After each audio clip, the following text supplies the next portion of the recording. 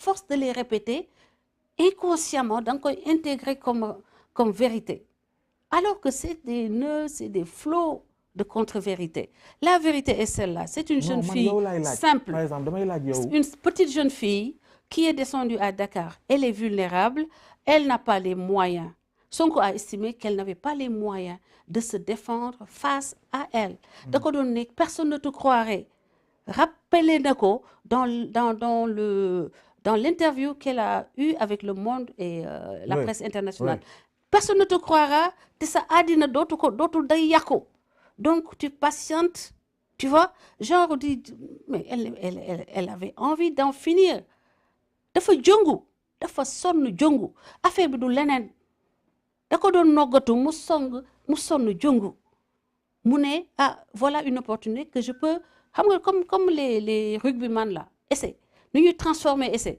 moom mu ne ah voilà une opportunité que je peux transformer en trampoline bu may propulser au palais un raccourci et c'est inhumain c'est vénal et mënuma su may wax li nekk ci acte boobu rek décision ba mu décider jël un fait boo xam ne leer na ko ni lii gone gi amul benn connexion politique amul benn appartenance politique nga ñëw daal di ko jël lié ko à un monde politicien à un complot politicien te yow leer na leen dara newu ci c'est-à-dire que tu as dafa tooñ xale bi 2 fois tooñ ko en tant que femme ba pare jël viam bazarder ko pour servir ses intérêts politiciens c'est ça la réalité des faits. Le 8 mars bu ñu jëm bu ñu walee célébrer journée boobu on devrait la célébrer autrement.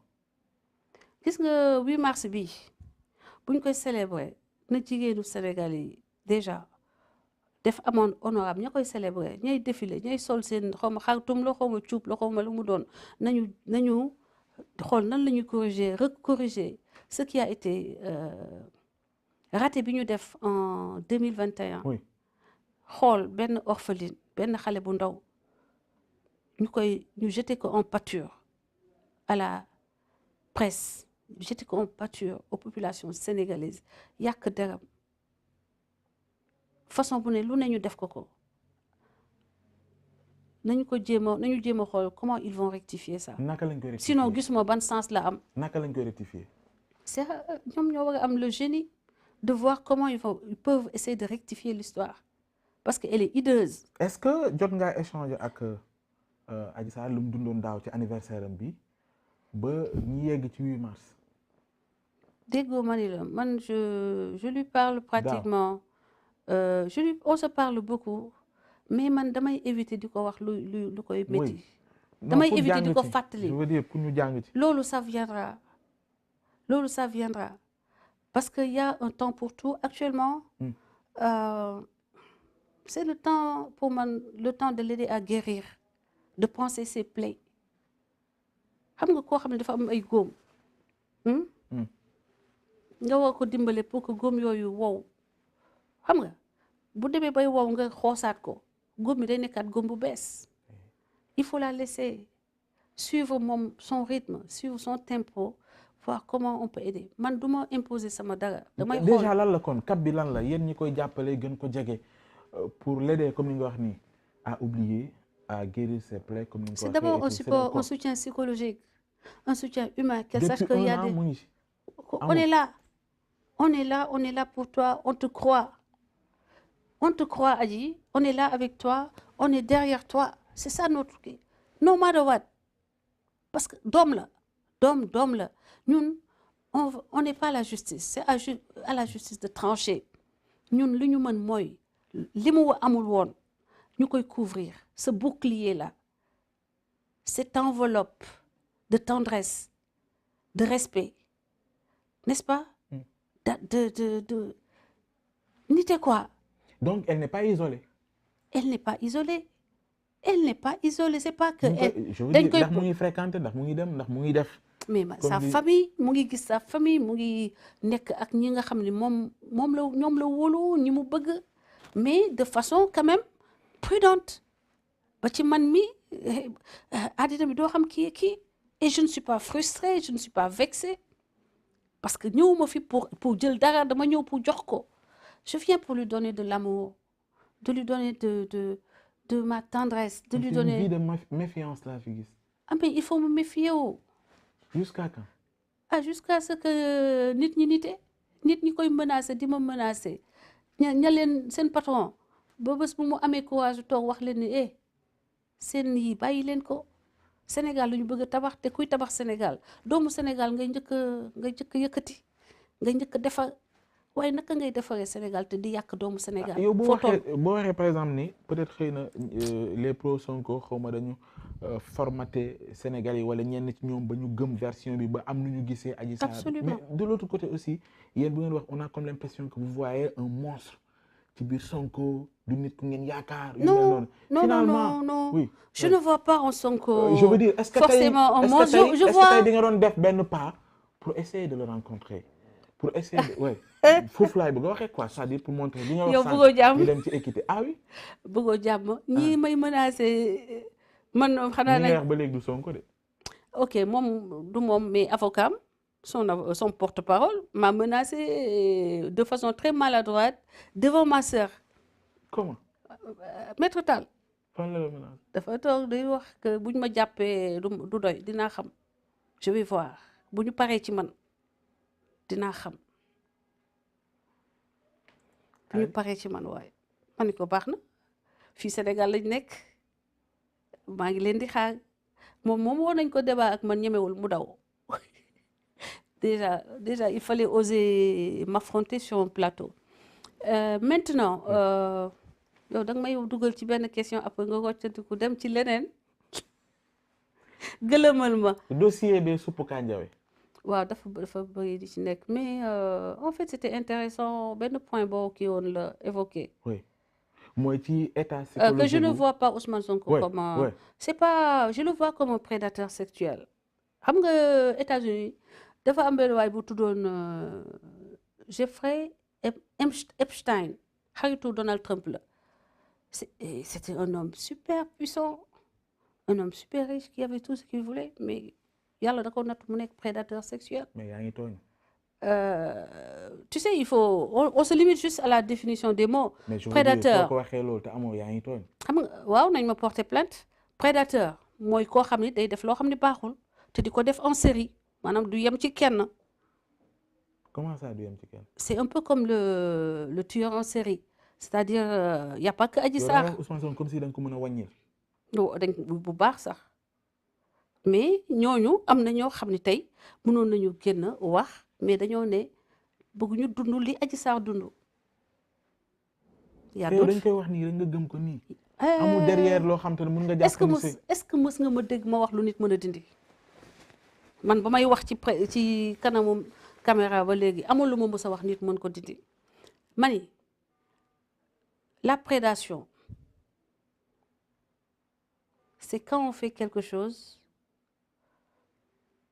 qui n'est pas forcément di ko répéter loo xam ne dafa let's say loo xam ne dafa néfaste pour la communauté te dañ koy def di ko répéter. mais tey boo waxee ni dañu war a vraiment yërëm Adji bàyyi ko mu dund ak yooyu mais su fekkee da ngeen di joxe coup tamit da ngeen di recevoir ay coup est-ce que jotul tey fi ñu ci toll c'est-à-dire pour montrer de bonne foi que ni que justice ñu bàyyi joxe coup ci wàllu wi. man joxewuma coup non xam nga sooy wax naa nanga même bu fekkee nit wax na la témoigner mais amul ay éléments de preuve yoo xamante ni firndeewu na li ngay wax ni waroo mën a jël étiquette ba du tekk mes enfants.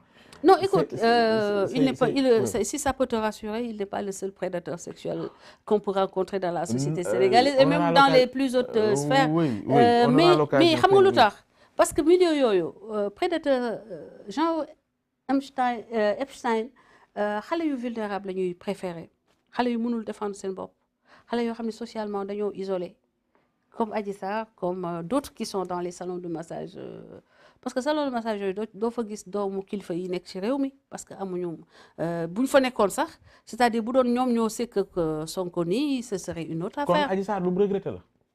lu mu regretté. mooy le fait que mu teg tànkam ci salon de massage. mais bien sûr que dina ko regretter. parce que c'est là-bas que il lui est arrivé cet accident-là. finalement les grands enseignements ci dossier bi lan lay doon. loolu Adji ci yéen ñi ànd ak moom. ñun ñi ànd ak moom dañuy jàpp ni que dañoo war a renforcer moyens yi ñuy jox yu ñu mettre à la disposition du ministère de la femme et de la famille pour que ñu am les capacités d'intervenir au niveau de la jeunesse en détresse c'est-à-dire xale yi nga xam ni par exemple dañoo perdre seen waajur amoon na système pupille de l'État xale yooyu nga xam ni par exemple aussi dañoo pupille de la nation xale yooyu nga xam ne aussi dañoo am difficulté à terminer leur scolarité que ñu bañ leen jàpp ni que c'est perdu c'est des rejetés du système ñu créer yenn par exemple mën nañ leen former ñi nga xam ne dañoo dem di liggéey ci kër yi comme genre aide à domicile ñi dimbali jigéen yi ci togg beeg raxas beeg yooyu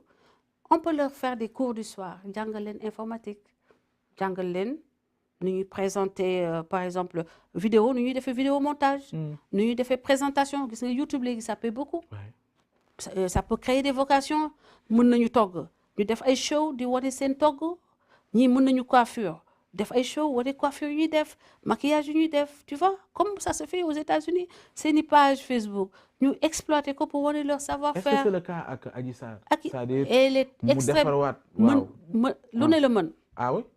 Ah oui lu jëm ci coiffure maquillage soin du corps soin de beauté yooyu yëpp elle le fait quand elle se maquille yi ngi ko gis maquille moom maquille boppam moom musoo boppam donc il y a toujours quelque chose qu'on peut exploiter pour permettre à la personne mu autonome parce que booy seet tey jii leur difficulté c'est la dépendance c'est la fragilité économique moo leen di pousser ba ñuy def exposer seen bopp ci ay milieux yoo xam ni c'est pas forcément fu ñu waroon a nekk dañ koy xam après mais le mal est déjà fait et je pense que tout ce qui est investi dans le domaine des femmes à l'heure actuelle doit être orienté vers la prise en charge et l'aide de ces filles qui sont dans les maisons qui sont dans les salons de beauté defal leen ay formations qualifiantes n'est-ce pas même bu dee en alternance lay nekk bu ñu liggéeyee ba le soir ñu dem defi formation vous avez vu bu ñu defee formation le soir bu ñu paree ba am seen diplôme on les aide à les insérer par exemple ici on voit la détresse des femmes qui sont dans les maisons amuñu sécurité sociale amuñu plan retraite pourquoi pas que l'État crée les moyens pour que ñooñu léegi État day yor agence boo xam ne booy jël jànk da ngay dem foofu nga remplir les fiches tu l'emploies tu paies les cotisations retraite tu paies maladie assurance maladie et bu ko defee xale bi ils seront moins exposés parce que ñoom aussi dans les maisons lu ne la ñuy daj. bon on a des Adji Sarr. y en a en pagaille ci vulnérabilité évidemment war nañu mën a bàyyi xel. exactement il est maintenant occasion bi léegi lu ñu mën a def mooy rectifier l'histoire rectifier le destin le quotidien de ces jeunes femmes là. Et ça peut se faire avec un peu d'ingéniosité agence boo xam ne rek duñ def leneen lu dul di former xale yi ci kii en alternance bu ñu liggéeyee ba telle heure à partir de cette heure-là de 16 heures à partir de 18 heures on les forme à la cuisine mën nañu togg déjà mais ni ngay décorer ni ngay conserver les aliments comment tu t'occupes de l'hygiène comment d'une maison le nourrisson l'hygiène du nourrisson comme dañuy denc ay xale comment la sécurité etc plein de choses yoo xam ni les ressources sont